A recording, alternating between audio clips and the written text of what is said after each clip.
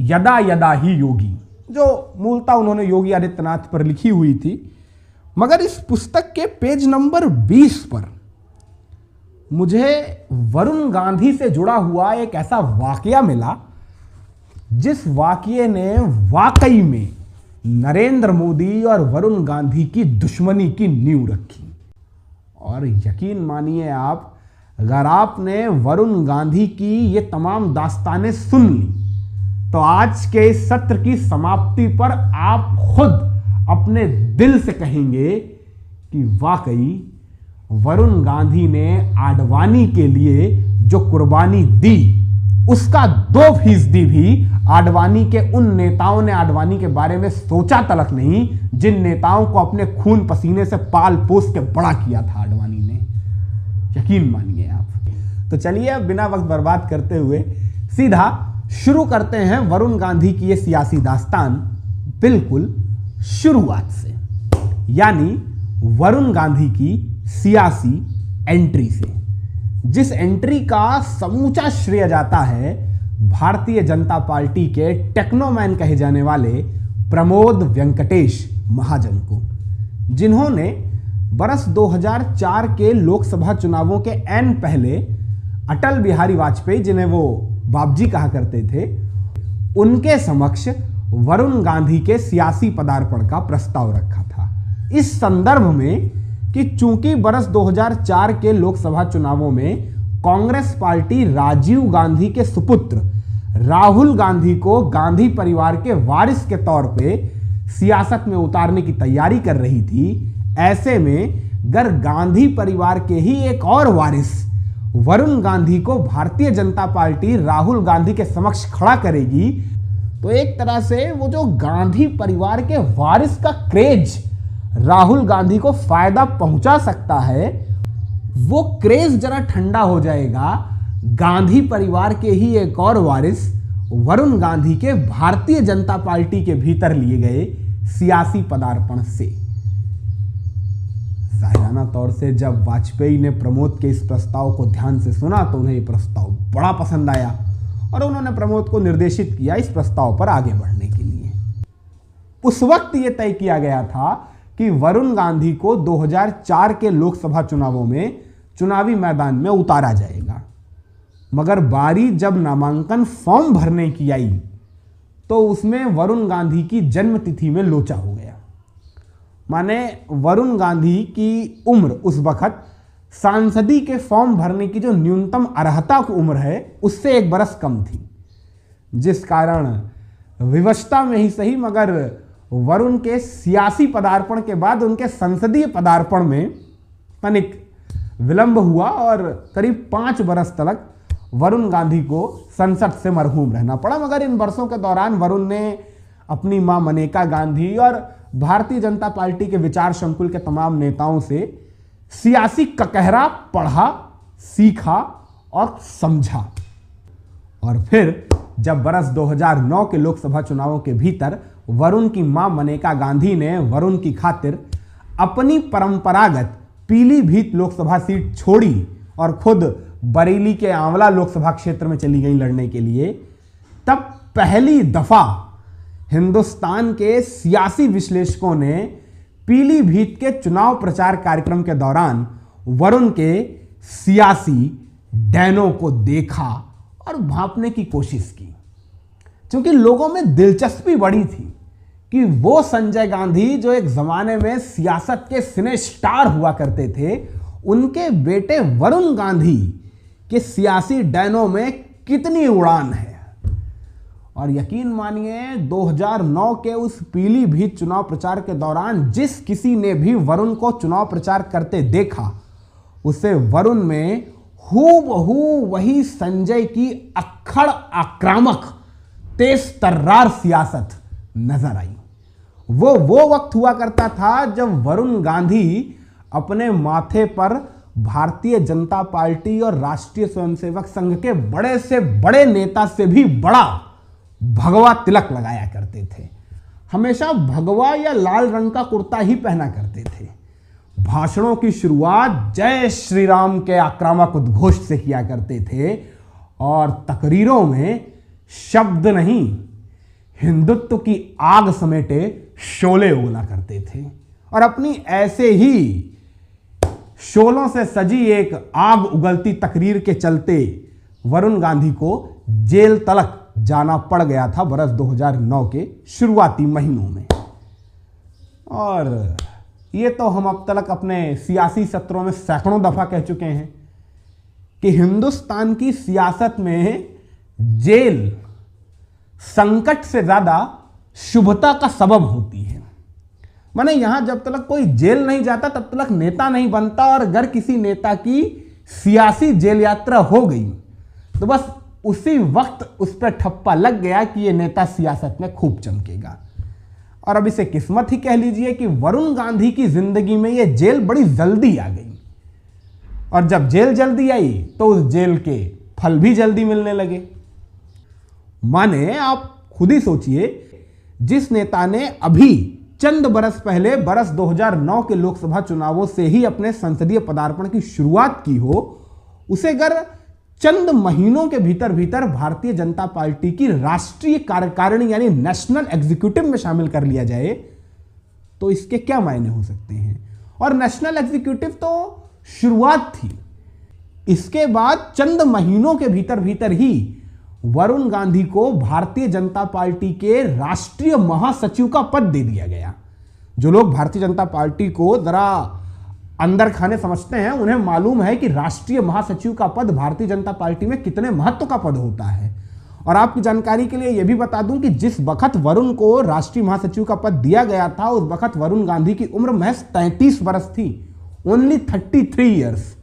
और वो भारतीय जनता पार्टी के इतिहास के सबसे युवा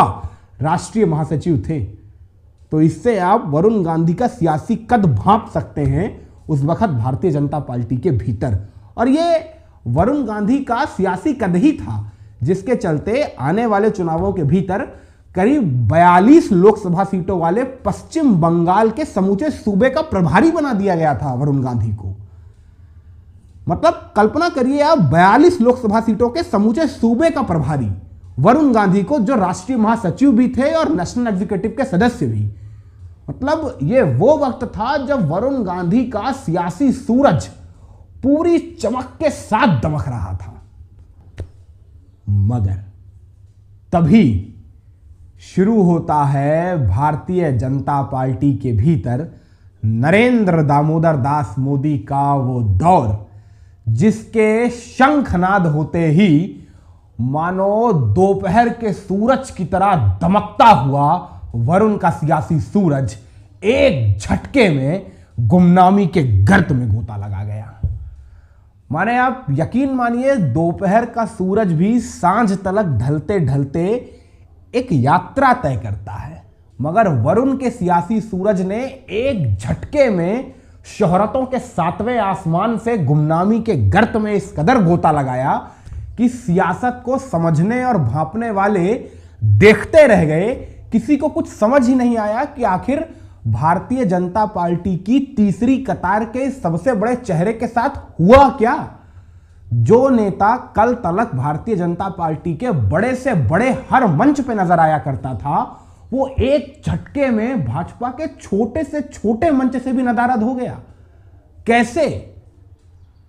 तो उस कैसे का जवाब आज हम आपको दिए देते हैं। उस कैसे का जवाब है नरेंद्र दामोदर दास मोदी। चूंकि वर्ष 2014 के बाद भारतीय जनता पार्टी के भीतर नरेंद्र दामोदर दास मोदी का वो युग शुरू हो चुका था, जिस युग के भीतर भाजपा के किस सूरज को चढ़ना है, किसे अस्त होना है, कब दिन होगा, कब रात होगी, ये सब कुछ नरेंद्र दामोदर दास मोदी की पुतलियों के इशारों पर होता है। और ऐसे में अगर किसी नेता को मोदी खुद अपना व्यक्तिगत सबसे कट्टर दुश्मन मान लें तो फिर उसके साथ तो अब जान रहा हूं जहन के भीतर सबसे बड़ा सवाल यही कौन रहा होगा कि वरुण गांधी के साथ जो हुआ सो हुआ वो तो और, मगर नरेंद्र दामोदर दास मोदी ने वरुण गांधी को अपना इतना कट्टर दुश्मन माना क्यों? भाई वरुण गांधी ने कौन सी मोदी की बकरी खोल रखी थी? इतने बड़े नेता भी तो नहीं थे वरुण की नरेंद्र मोदी के आगे एक कंटेंडर के तौर पे खड़े हो जाएं। तो आखिर क्या बात थी जिसने वरुण गांधी और नरेंद्र मोदी के बीच दुश्मनी करा दी? भाई नरेंद्र मोदी जो गुजरात के नेता है और वरुण गांधी जो उत्तर प्रदेश में सक्रिय हुआ करते थे, उन दोनों के बीच दुश्मनी कैसे हो सकती है? सवाल है ना। तो जब मैं इस सवाल के जवाब की तलाश में जुटा हुआ था और अपने पास जितनी भी सियासी पुस्तकें हैं उन्हें खंगाल रहा था, तो मेरी दृष्टि पड़ी इस पुस्तक पे। यह पुस्तक है भारतीय जनता पार्टी को बरसों बरस तलक कवर करने वाले, पत्रकारिता जगत में भाजपा एक्सपर्ट के नाम से मशहूर विजय त्रिवेदी की यदा यदा ही योगी, जो मूलतः उन्होंने योगी आदित्यनाथ पर लिखी हुई थी। मगर इस पुस्तक के पेज नंबर 20 पर मुझे वरुण गांधी से जुड़ा हुआ एक ऐसा वाकया मिला जिस वाकये ने वाकई में नरेंद्र मोदी और वरुण गांधी की दुश्मनी की नींव रखी। ये वो एक वाकया था जिस वाकये ने वरुण गांधी को मोदी का दुश्मन बना दिया। वो वरुण गांधी जिन्हें शायद ढंग से जानते भी ना थे मोदी पहले, वो इस एक वाकये के बाद वरुण गांधी को भाजपा के भीतर अपना सबसे बड़ा दुश्मन मानने लगे। अब जानता हूं जहन में सवाल कौंध रहा होगा कि आखिर कौन सा था यह वाकया। तो सुनिए, वो बरस 2013 वाली भारतीय जनता पार्टी की बहुचर्चित गोवा कार्यकारिणी तो याद ही होगी आपको,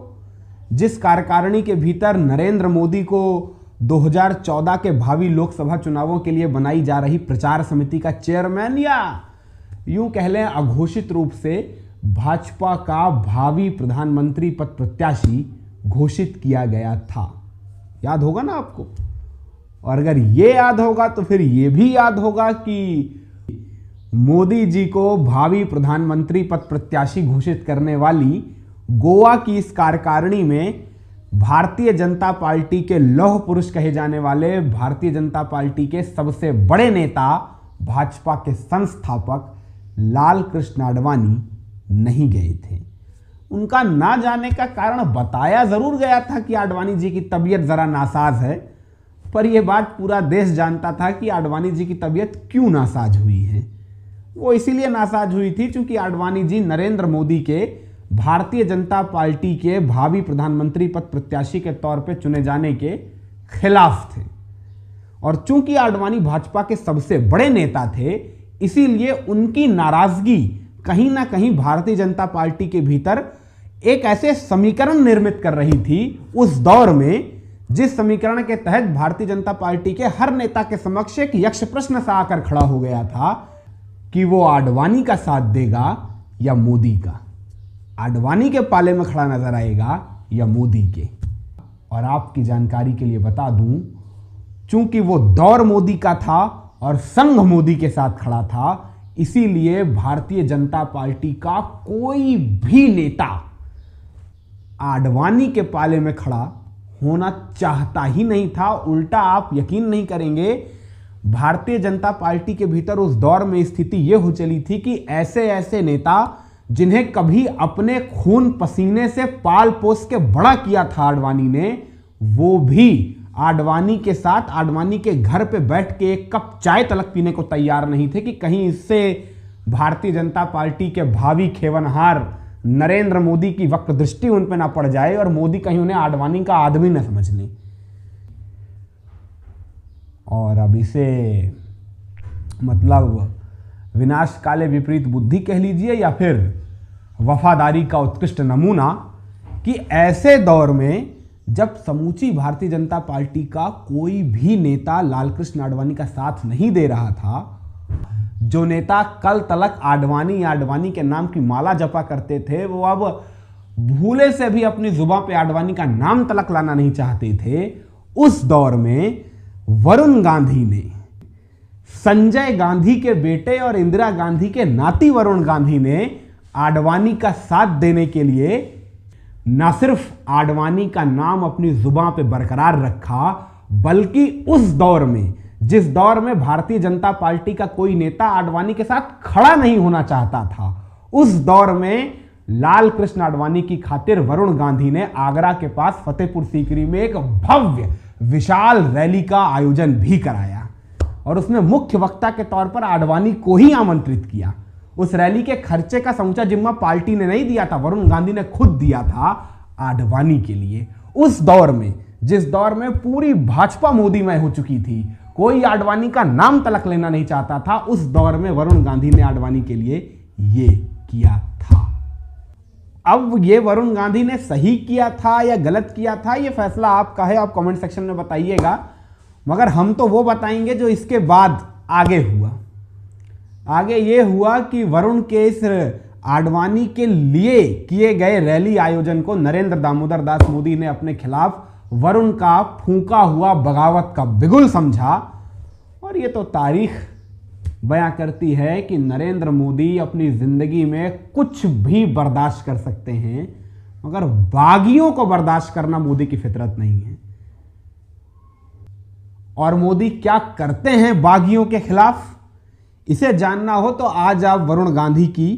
सियासी हैसियत भारतीय जनता पार्टी के भीतर देखकर नजीर के तौर पे समझ सकते हैं कि जिसने मोदी के दौर में मोदी के खिलाफ मोदी के संगठन में बगावत की, उसका क्या अंजाम हो सकता है।